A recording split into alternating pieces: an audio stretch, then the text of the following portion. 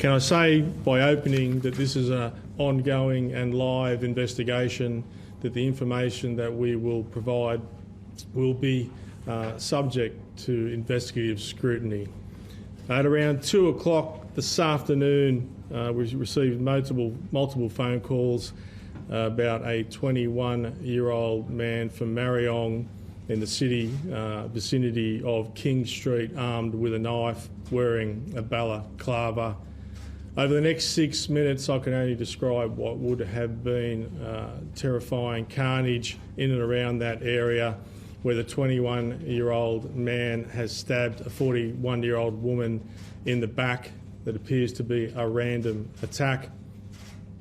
3 members of the public, which can only be described as the highest order heroes, have engaged this 21-year-old man and have placed him essentially under arrest, even though he was brandishing a large butcher's knife and was clearly dangerous and had motive.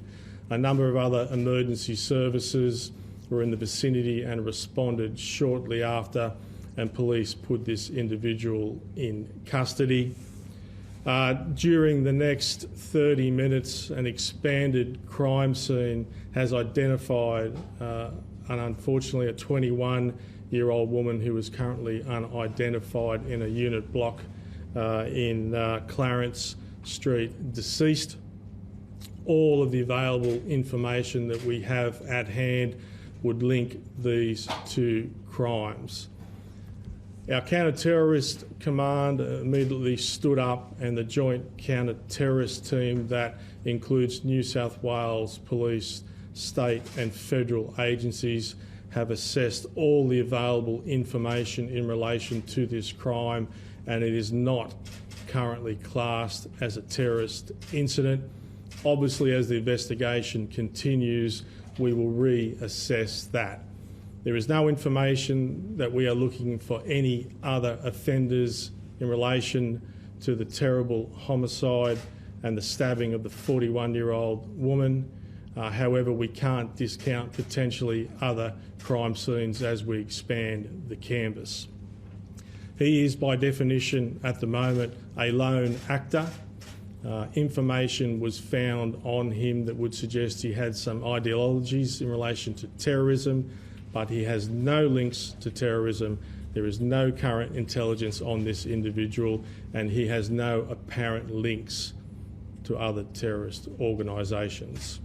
I would say again, in this situation, is that whilst we try and stop every crime from happening, there are cases that when we can't, and then often we'll be judged on our response. The response by members of the community, the heroic nature of their actions that saved countless lives, the response from police and other emergency services was first rate. But unfortunately, we have lost the life of a decent person, and we have another 41-year-old woman stabbed.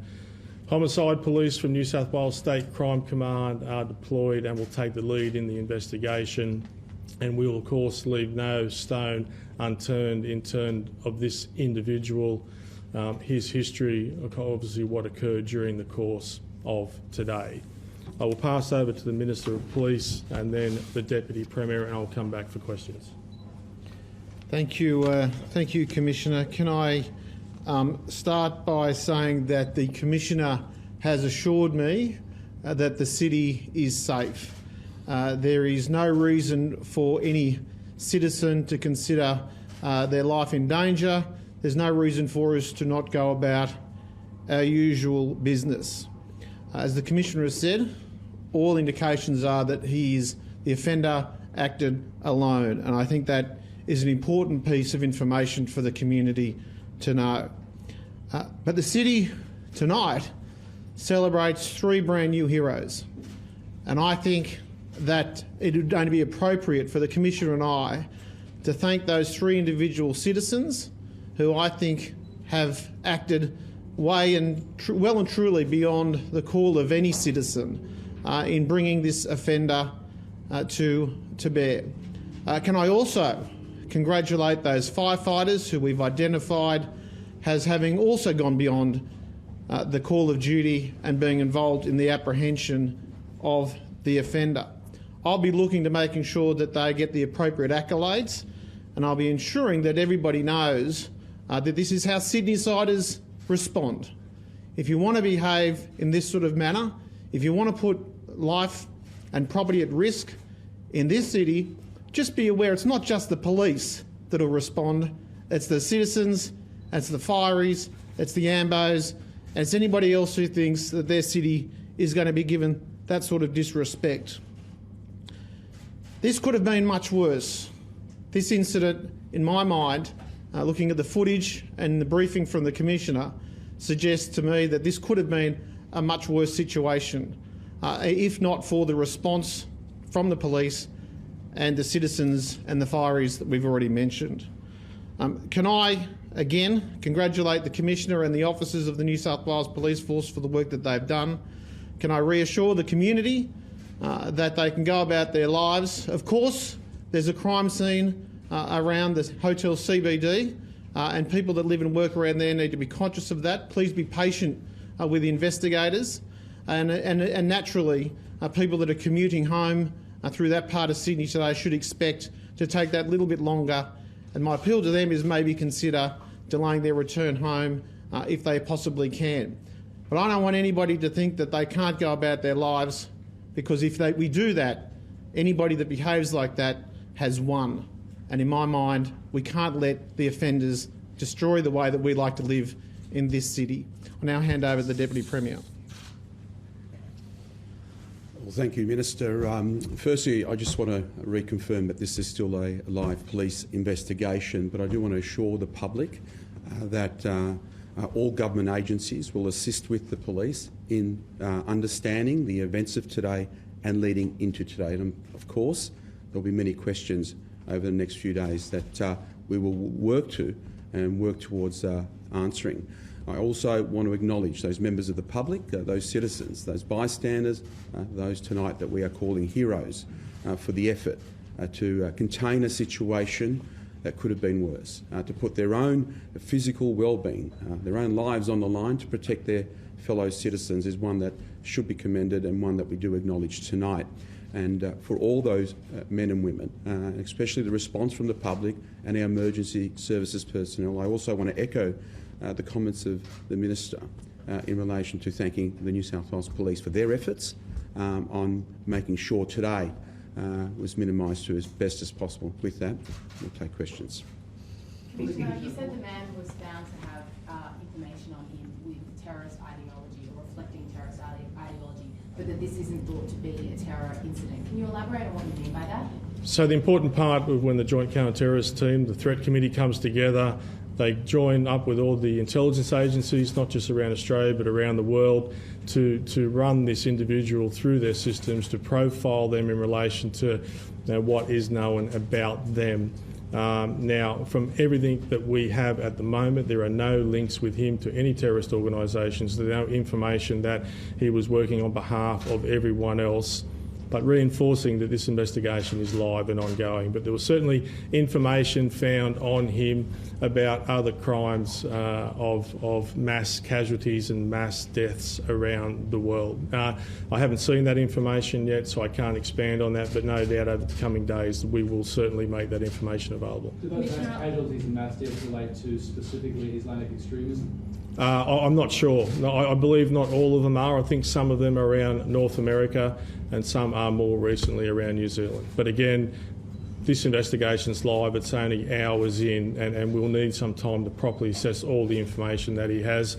It will certainly be reassessed again by the Joint Counter-Terrorism Team to see if we have to reassess that terrorism threat. Commissioner, are police investigating whether this man had either been recently released or escaped to a mental health institution? Yeah, absolutely, that will form part of the investigation. I can say that he was known to police, but his history was unremarkable compared to the gravity of the crimes that he committed. I can say that he does have a history of mental health but at this stage I can't expand on that. But no doubt in the coming days the investigation will be looked closely at, not just the last couple of days, but certainly the last probably 6 months to 12 months of his life. And what form did the materials that suggested ideologies of terrorism take? Were they on his phone? Were they in pieces of paper? I understand that there was a thumbstick drive that had information on it, but again, we are currently looking at a crime scene in Western Sydney where he lives. So no doubt over the coming days, during the course of the investigation, there will be no doubt information that we will glean that will perhaps shine a light on this terrible crime.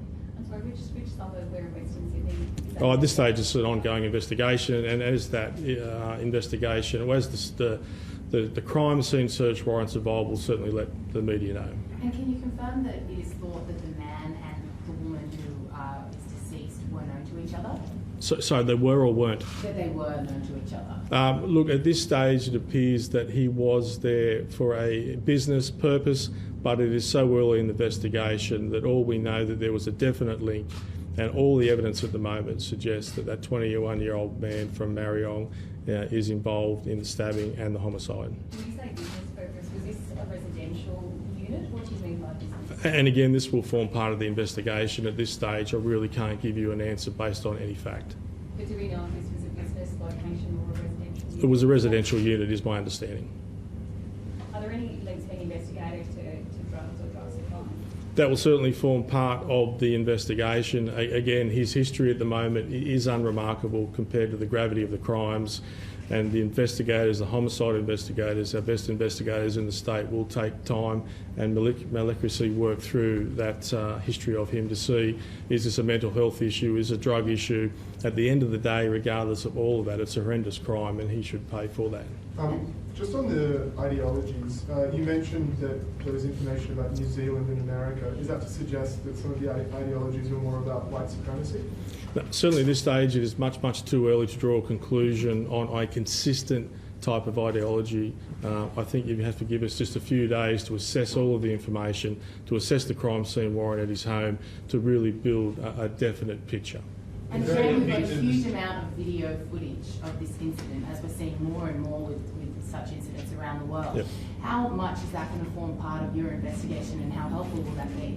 Look, it's helpful in terms of the crimes, certainly of the stabbing, and the pictures tell 1,000 words, but at the same time, often in these type of cases, it's where he's been in the last 12 months. It's what's influenced him to go from an individual who was living with his parents and seemingly getting on with his life to turning into someone that's capable of such horrendous crimes. And that is such an important part of the investigation, and why we need to take an enormous amount of time to get that right.